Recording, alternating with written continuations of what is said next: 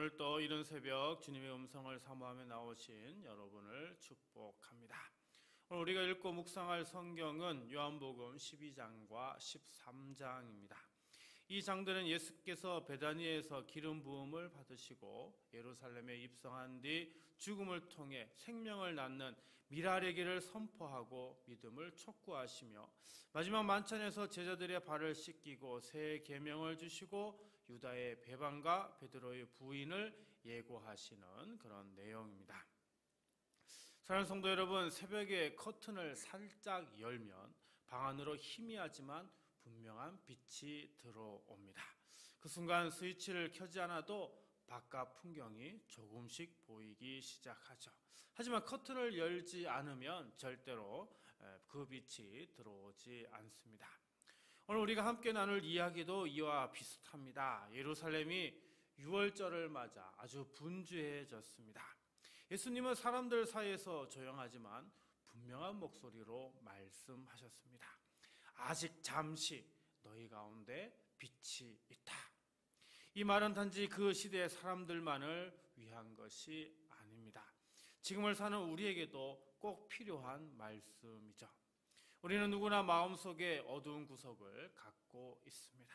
설명하기 어려운 불안과 반복되는 후회, 관계의 서운함과 말 못할 감정들, 이런 것들이 우리를 조용히 짓누르고 방향을 흐리게 합니다. 그런데요, 빛은 다릅니다. 빛이 오면 어둠이 먼저 물러가죠. 빛은 복잡한 이론이 아니라 보이게 하는 힘입니다. 예수님이 아직 잠시라고 하신 이유가 여기에 있습니다. 기회는 영원히 기다려주지 않습니다. 뭔가 해보고 싶은 용기가 생기는 그 짧은 찰나, 그때를 잡아야 합니다.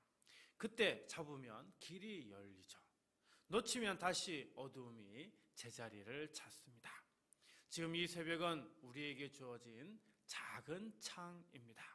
오늘 잠깐 비치는 그 빛을 놓치지 않기를 바랍니다.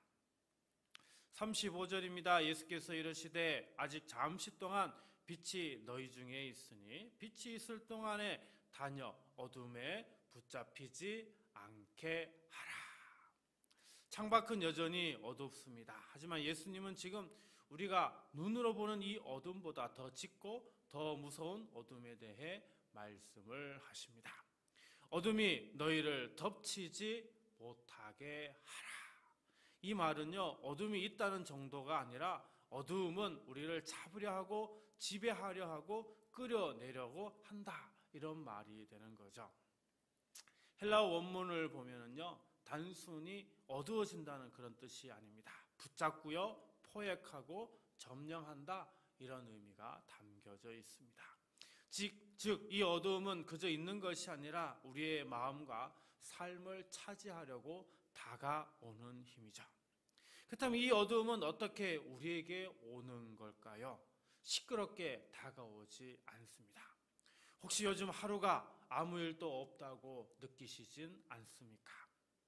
그 아무 일 없음 속에 어두움은 조용히 들어올 틈을 찾습니다. 우리가 문을 활짝 연 적도 없는데 어느새 마음 깊숙한 곳까지 와 있습니다.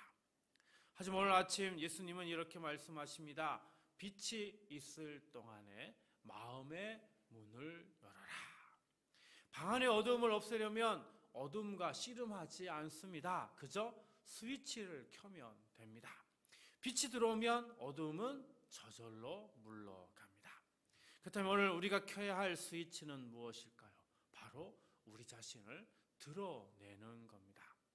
사랑하는 성도 여러분, 아무도 몰랐던 내 안에 있는 가장 깊은 어둠, 죄책감이든지 상처든지 염려든지 그 모든 것을 솔직하게 드러내는 겁니다. 그 순간 어두움은 힘을 잃습니다. 빛 앞에 노출된 어두움은 존재할 수 없습니다. 이제 마음을 드러내고 이렇게 고백해 보시기 바랍니다. 주님, 이 새벽에 제 마음을 당신 앞에 드러냅니다. 숨지 않겠습니다. 미루지 않겠습니다. 어둠이 제 마음을 덮치지 못하게 하소서. 이 아침 여러분의 마음이 밝아지는 순간이 되기를 축복합니다. 그리고 그 작은 밝음이 오늘 하루를 환하게 비춰주기를 주님의 이름으로 기도합니다. 35절 마지막 후반부를 볼까요? 어둠에 다니는 자는 그 가는 곳을 알지 못하느니라. 자, 그렇습니다. 어둠 속을 걷는 사람은 자신이 어디로 가는지도 모른 채 걷지요. 겉으로는 분명히 내가 가는 길이라고 생각하지만 사실은 방향을 잃은 걸음일 뿐입니다. 계속 앞으로 가는 것 같은데 점점 멀어지고 돌아오기 어려워지는 길이죠. 주님은 지금 그 길을 다닌다 이렇게 이야기하십니다. 헬라어로 이 뜻을 보니까 단순히 걷는다가 아니라 그 길을 삶의 방향으로 정하고 꾸준히 걸어간다 이런 의미가 있습니다. 한두 번의 실수가 아니라 점점 익숙해져 버린 삶의 패턴이 되고 마는 거죠. 생각해보면 어둠의 길은 언제나 큰 죄에서 시작되지 않습니다. 대부분 작은 타협에서 시작되죠. 작은 미루기, 작은 무시, 작은 핑계, 그 조그만 선택들이 쌓이면서 어느새 발은 어둠 쪽으로 향해 있는 겁니다. 그러나 오늘 이 새벽 예수님은 우리를 다시 빛 쪽으로 부르십니다. 빛 가운데 걸어라, 걸어 다니라. 이 말씀은 단순히 방향을 바꾸라는 뜻이 아닙니다. 삶의 방식을 새롭게 하라는 초대입니다. 거짓이 아니라 정직입니다. 무관심이 아니라 따뜻한 마음입니다. 숨김이 아니라 투명함입니다. 그래서 오늘 아침 빛이 비치는 방향으로 작은 각도만 바꿔보십시오. 말 한마디를 하기 전 스스로에게 이렇게 물어보는 겁니다. 이 말이 진실한가? 이 말이 누군가에게 힘이 되는가? 이 말이 사람을 세우는가? 이건요, 단순한 친절이 아닙니다. 빛의 방향으로 발걸음을 돌리는 회개입니다. 어둠을 멈추고 다시 바른 방향을 선택하는 신중한 전환인 거죠. 주여, 오늘 빛의 방식으로 말하고 선택하게 하소서. 어둠의 길을 버리고 빛 가운데 걷게 하소서. 이 아침 여러분의 발걸음이 상쾌하기를 축복합니다. 그리고 그 작은 발걸음이 오늘 하루를 온전한 길로 다니시기를 주님의 이름으로 기도합니다. 36절 말씀 볼까요? 너에게 아직 빛이 있을 동안에 빛을 믿으라. 그리하면 빛의 아들이 되리라. 예수께서 이 말씀을 하시고 그들을 떠나가서 숨으시니라. 사랑하는 성도 여러분, 이제 예수님은 우리를 가장 중심적인 명령으로 부르십니다. 뭐라고요? 빛을 믿으라. 이 말은 다르게 하면 이제는 빛 안으로 들어와라, 나에게로 전적으로 속하라, 이런 명령이 되는 것입니다. 이 말은 선택을 요구하는 말이죠. 믿는다는 건 그저 생각에 동의하는 게 아니라 삶의 편을 정하는 것, 내가 어떤 쪽에 서 있느냐를 분명히 하는 겁니다. 빛을 믿으면요, 예수님은 약속하시죠. 뭐라고요? 그러면 너희는 빛의 아들이 될 것이다. 이 말은 우리의 신분의 어떤 선언을 말합니다. 예수님을 믿으면 이제 어둠에 속한 사람이 아니라는 거죠. 예수님에게 속하면 우리는 빛의 성품을 입은 사람이라는 겁니다. 사랑하는 성도 여러분, 믿음은 고백입니다. 그리고 그 고백은 곧 삶의 방식이 됩니다. 내가 누구인지 그리고 어떻게 살아야 할지를 결정하는 겁니다. 요한복음 12장 42절 말씀을 보면 그 당시에도 예수님을 믿은 사람이 있었다 이렇게 기록이 되어 있습니다. 하지만 말하지는 못했습니다. 왜냐하면 어떻게 해요? 회당에서 쫓겨날까 두려웠기 때문입니다. 회당에서 쫓겨난다는 건 단순히 종교적인 문제가 아닙니다. 직장도, 관계도, 가족도, 사회적 연결적인 그 모두가 끊어지는 일이었죠. 그만큼 큰 대가가 따랐던 겁니다.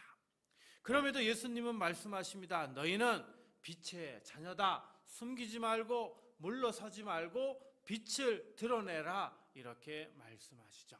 사랑하는 성도 여러분, 오늘 하루 이런 고백으로 시작하시길 바랍니다. 나는 빛의 자녀입니다. 그래서 숨기지 않고 정직하게 말하겠습니다. 나는 빛의 자녀입니다. 그래서 말에 따뜻함을 담겠습니다. 나는 빛의 자녀입니다. 그래서 선택의 순간마다 하나님을 의식하며 결정하겠습니다. 이 아침 여러분의 정체성이 분명해지는 그런 시간이 되기를 축복합니다. 그리고 그 고백이 오늘 하루 여러분의 삶을 빛의 방향으로 이끌어 가기를 주님의 이름으로 간절히 축원드립니다. 자, 오늘 말씀을 생각하며 세 가지로 함께 기도하도록 하겠습니다. 주여, 보이기보다 숨기려 했던 마음을 주 앞에 드러내어 빛의 자유를 누리게 하소서. 주여, 작은 타협을 멈추고 오늘 빛의 길을 따라 바른 방향으로 걷게 하소서. 주여, 빛의 자녀로 부르심을 잊지 않고 정체성에 맞게 담대히 살아가게 하소서.